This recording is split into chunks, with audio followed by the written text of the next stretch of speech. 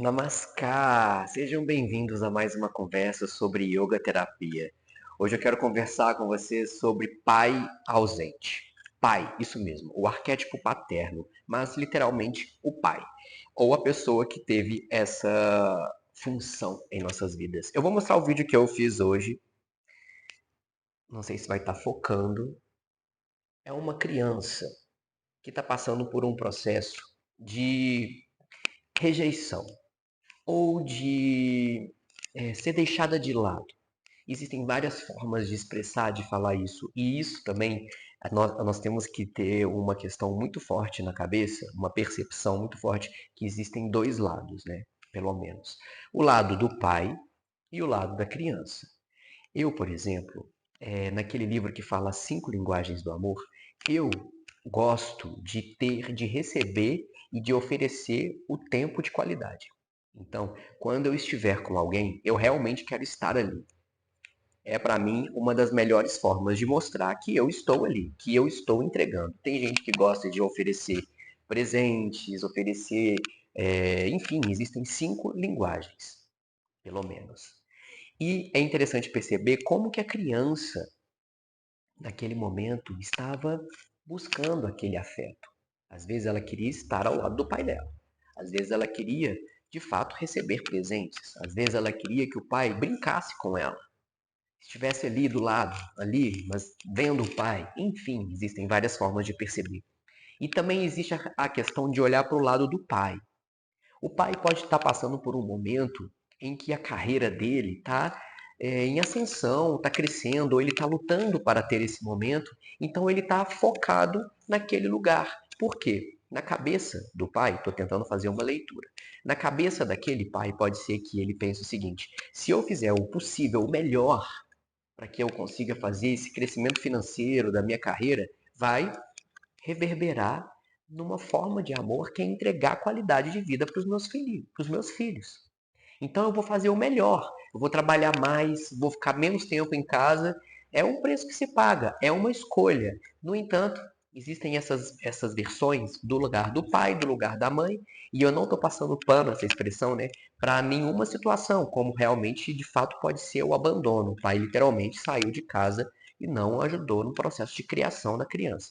Então existem várias observações que devem ser feitas, porque a gente de fato não sabe. Mas eu quero deixar claro que a ideia desse vídeo é falar do pai que não esteve presente. E aí a gente vai então entrar nesses lugares que eu falei. Você vai perceber de que forma, que às vezes o pai também entregou bastante, mas você precisava de mais. Enfim. Então, a proposta é a seguinte: a criança, né, no primeiro setênio, que é da gestação até os 7 anos, ela está trabalhando no arquétipo do amor. Ela está nutrindo sua autoestima, sua segurança. Se ela, por exemplo, não recebe esse arquétipo do amor proveniente da figura paterna, que não necessariamente precisa de ser o pai biológico, pode ser um avô, um tio, alguém que faça esse papel, muitas vezes até a própria mãe. Então, a pessoa que vai entregar esse afeto, não só a mãe, né? As pessoas que vão entregar, vão nutrir esse afeto nessa criança, vão auxiliar a que ela tenha autoestima, segurança, que é o que a gente chama do segundo chakra. Essa energia do segundo chakra é como se fosse um terreno fértil, prontinho para semeadura. No segundo setênio, que é dos 7 aos 14, a criança ela já vai se enraizar na figura terrena, que é a família, a estrutura da ancestralidade, da cultura, enfim. E aí depois vem a figura paterna, que é o terceiro setênio, que é quando a criança vai botar para fora, vai sair, vai buscar relacionamentos, vai se projetar para fora, que muitas vezes você pode interpretar como o arquétipo da carreira, ó, o arquétipo, com a carreira. Então essa criança, né, ferida, que não tem idade, criança ferida não tem idade. A criança ferida que ficou naquele lugar de não encontrar a figura paterna, ela não se percebeu muito bem ali na figura paterna. O que pode acontecer com ela? Pode acontecer com ela. Ela pode buscar não só relacionamentos beijo na boca, independente da sua orientação sexual, figuras masculinas que supram aquele lugar do pai que não foi suprido na infância, na primeira infância, na adolescência, enfim. até mais ou menos os 21 anos, principalmente, que é o período em que nós estamos mais próximos. Pelo menos no Brasil, nós temos essa cultura de ficar com nossos pais até uns 18 anos no mínimo. Outras gerações, como eu, vivi com minha mãe e meu pai até pouco tempo. Hoje eu tenho 40 anos, eu moro sozinho, mas eu já vivi com meus pais muito tempo. É uma cultura. No Brasil a gente tem essa coisa, né? Reunir, enfim. Então é muito interessante a gente perceber isso, porque muitas vezes, da forma inconsciente, a criança interior, que é o nosso subconsciente, ela vai buscar resolver situações, conflitos, dificuldades que surgiram, que a gente vivenciou em nossas vidas. Essas dificuldades podem ser isso. Cadê a figura paterna, a figura masculina que vai me entregar essa energia do fora, do fogo, da ação, do movimento? Se eu não conseguir isso de uma forma ali na minha história de vida, né, eu posso então ficar sempre nessa busca, a minha criança interior buscando um arquétipo do pai. Então, buscando alguém que cuide de mim no aspecto de me fazer entregar, vai, vai. Eu falo isso brincando, mas é uma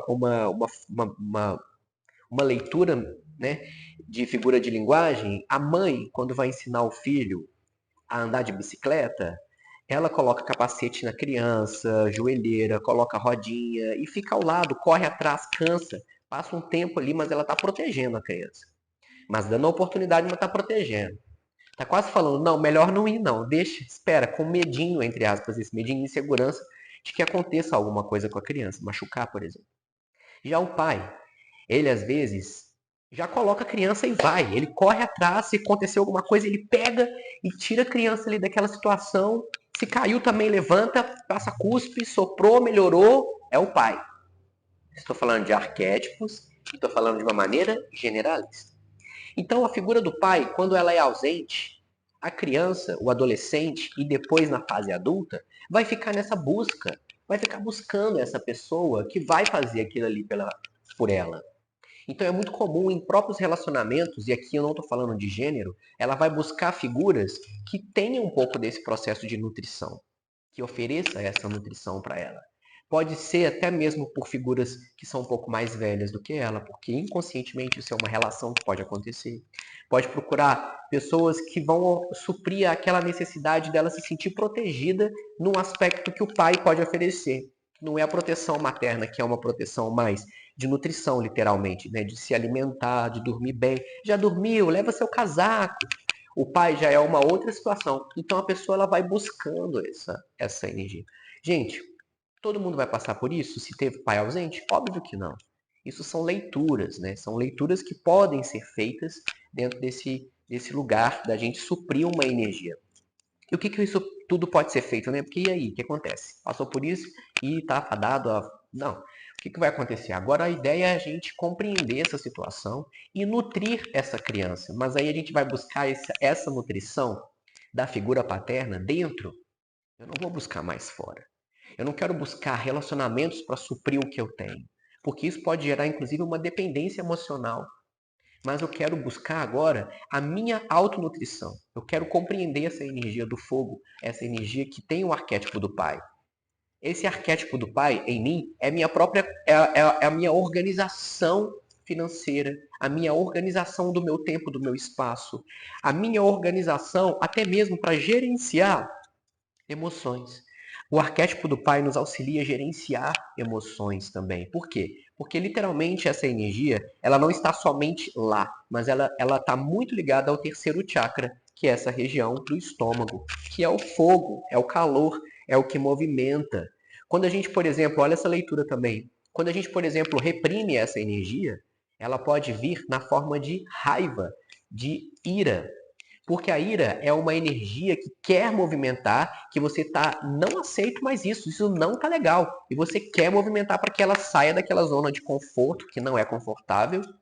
E às vezes a raiva aparece. Se você reprime sua raiva por diversos fatores, aí é uma outra conversa. Se você reprime a sua raiva, essa raiva ela vai se manifestar muito onde?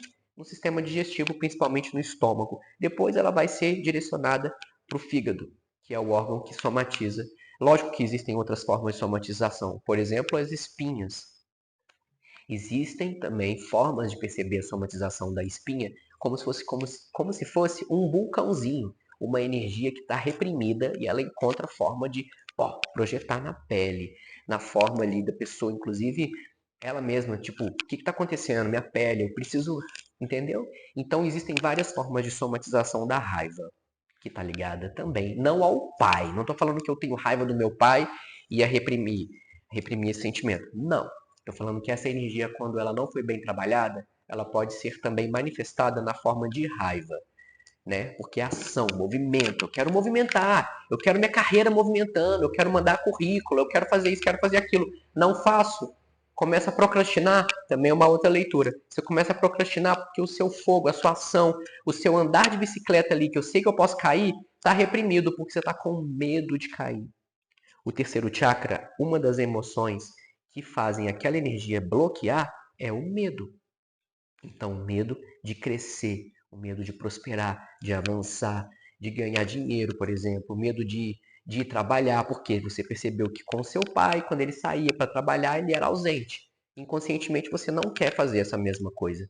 Então, você prefere ficar, né? A procrastinação não é falta de energia. A procrastinação é quando você pisa no freio porque inconscientemente você acha que aquilo vai te levar para um lugar que você não vai saber lidar.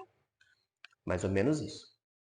Gente, eu vou pedir mais uma vez, né, que vocês curtam, compartilhem esse vídeo para que a gente consiga então avançar mais nessas questões do yoga terapia, que vocês podem perceber que não é muito vasto por aí, né? Então, quero ser esse representante, auxiliar a comunidade dos yogis, né, yoga terapia, para que a gente faça isso, movimentar um pouco mais. Então, beijo, namaskar, contem comigo.